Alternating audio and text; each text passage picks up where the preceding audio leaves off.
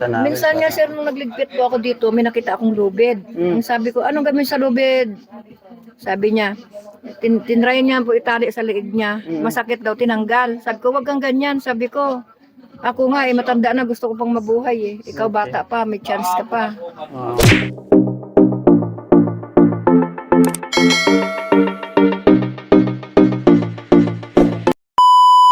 So yan mga karomantics, samahan niyo po ako sa panibagong vlog natin sa magang ito at ito ay po magkalapit lang po ito sa ating vlog ngayong umaga kaya diniretso ko na kasi umuulan. Kahit umuulan po hindi po tayo titigil para makatulong lang po tayo sa ating dapat tulungan. So tara po, samahan niyo po kami.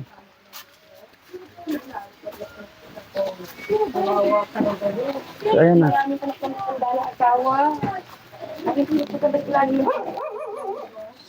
Ayan.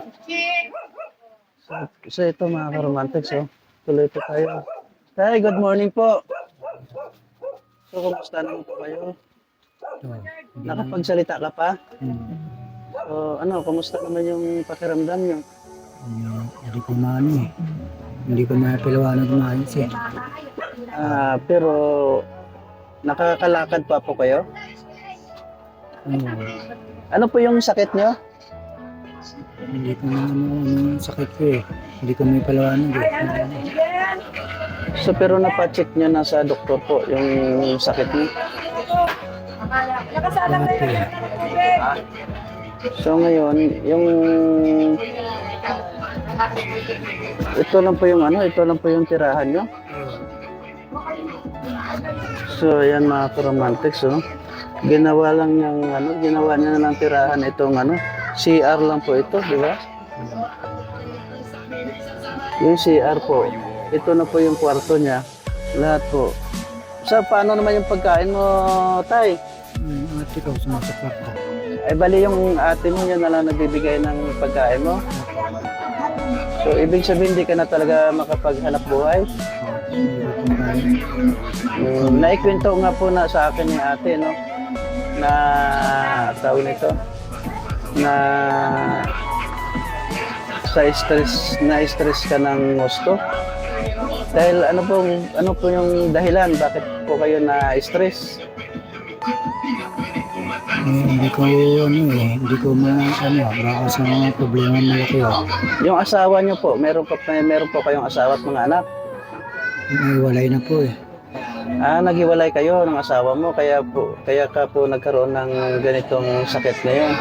Baka hindi ko may paliwanag baka doon Hindi mo nakayanan na naghiwalay kayo.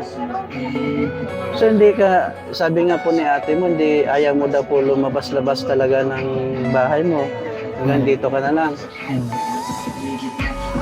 Wala nang pag-asa ko So ano po yung naisip mo na dahilan po para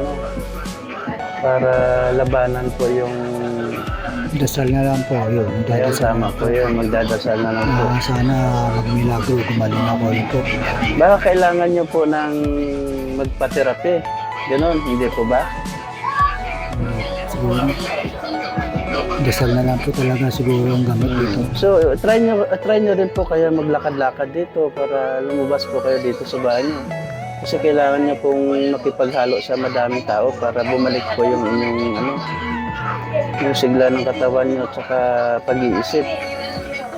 Try ko rin po pag Kasi pag dito ka lang po sa loob, walang mangyayari po sa inyo pag ganito lang. Tingnan mo naman yung bahay na karomantis So, grabe Tapos trapal pa yung Tapos yung tulugan mo, dyan ka lang. Paano yung paligo mo? Naliligo ka pa ba? Minsan lang po. Saan ka naliligo? Dito po. Dito lang din? Sino nag-iigib ng tubig mo? Ate ko, tsaka kapatid. So, yung ate niyo tawagin mo kasi hindi siya masyadong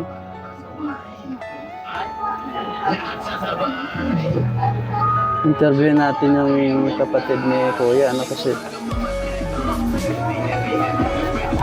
So ate, tawag nito. Dito po kayo. Kasi tinatanong ko po si Kuya kung ano po yung pinakadahilan ng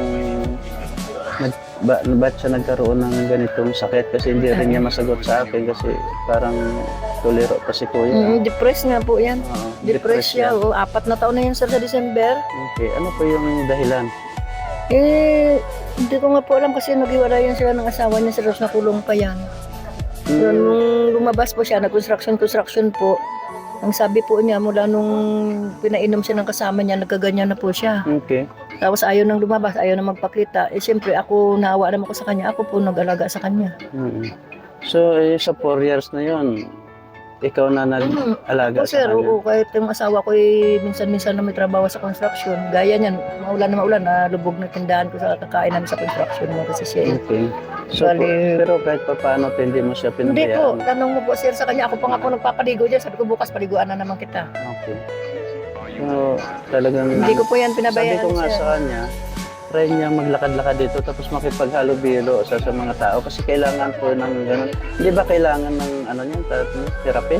Hindi naman po sir. Nakain naman po siya. Basta ang ano niya sir, gusto niya ganyan lang, nakahiga, nagtatago, Okay. ayaw pong lumabas. Sabi ko, punta ka dito sa bahay, dito ka na magkape. Ayaw ko magkape te, basta pag ako pakainin mo lang, kakain ako. Ganun lang siya sir. Basta ayaw niya lumabas. Pag naligo po yan sir, once a month lang. Tapos yung bahay niya ate, tinan mo, CR na ito, ginawa lang niya ng kwarto. Opo, dating si Arpitos kasi wala talaga si sir masilungan sir eh. Doon Okay. sa taas naman sir, sobrang sipit naman kami. 6 din ang anak ko, baliwalo din po kami nakatira, isang kwarto din po yun.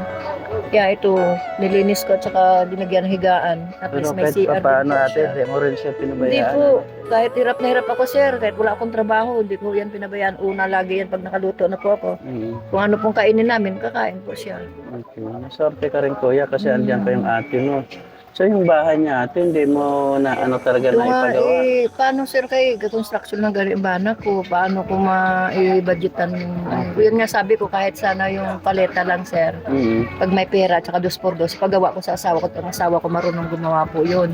Ano pangalan ni Problema lang. kuya? Rojard Vera po. Roger? Rojard.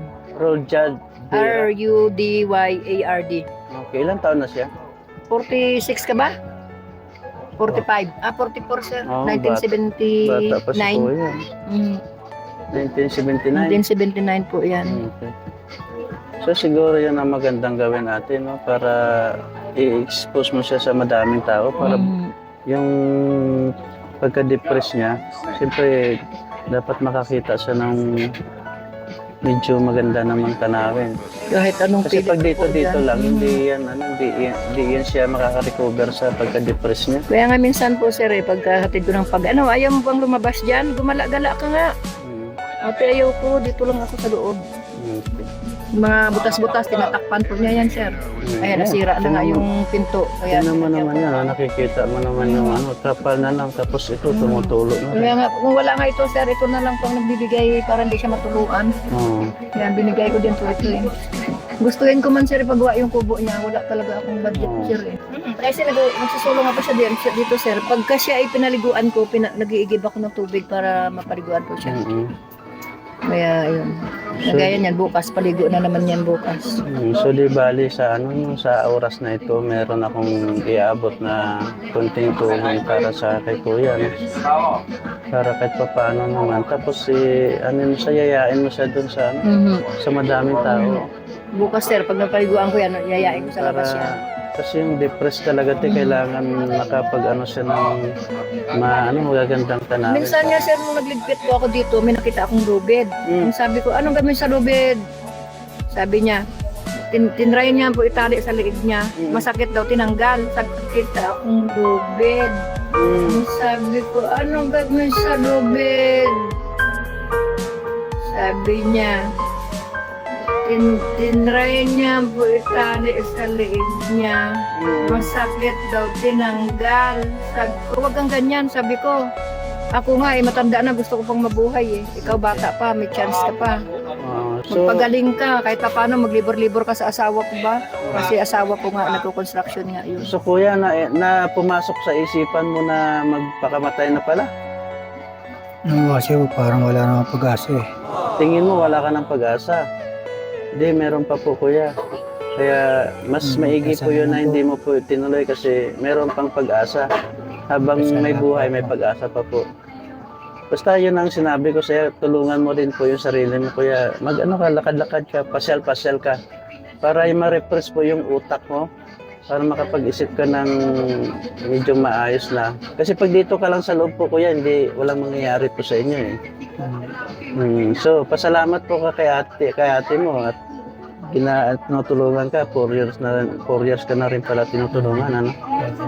Oo, sige. Sa oras na ito, meron akong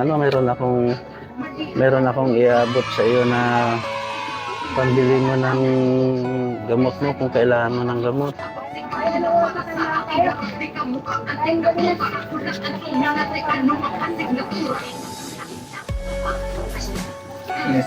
So ayan, kuya, tanggapin mo ito. Bumili ka ng kailangan mo ng kung anong gusto mong pagkain, ano? Yung mga prutas, kailangan mo po yan. Saka maglakad-lakad po kayo, ha? So, ayan na, Oo, salamat po. Oo. Nakakalungkot naman na tingnan yung kalagayan ni tatay, ano? Yung pagka nakaluwag-luwag na po ako, ipapaayos ko din po ito. So, ano po yung pangalan niya ulit? Rudyard Jard Vera. Vera, okay. So, ayan. Magpaalam na po ako, ano? Sige po, salamat po. Oo. Maraming salamat po ulit. Sige po. Oo, magpalakas ka, kuya. Huwag ka magpatalo sa lungkot. Batang-bata ka pa. Magpaalam na po ako. So, ayan, mga ka-romantics, at maraming salamat din po. Kahit umuulan po, nakapaghatid po tayo ng panibagong ayuda sa isang tatay na na-depress po siya, no? Mahirap din po talaga pag na-depress ka, siyempre, yung pag-iisip mo hindi sakto. Kaya kahit papaano, kahit maulan man, hindi po tayo natinag sa ulan para makapaghatid ng ating tulong. So yan, mga ka-romantics, no? Paki-share and like na lang po itong video na ito para mas madami pa pong makakita at malaking tulong po yan sa atin, ano? Maraming salamat po sa inyo and bye-bye. God bless po. Bye.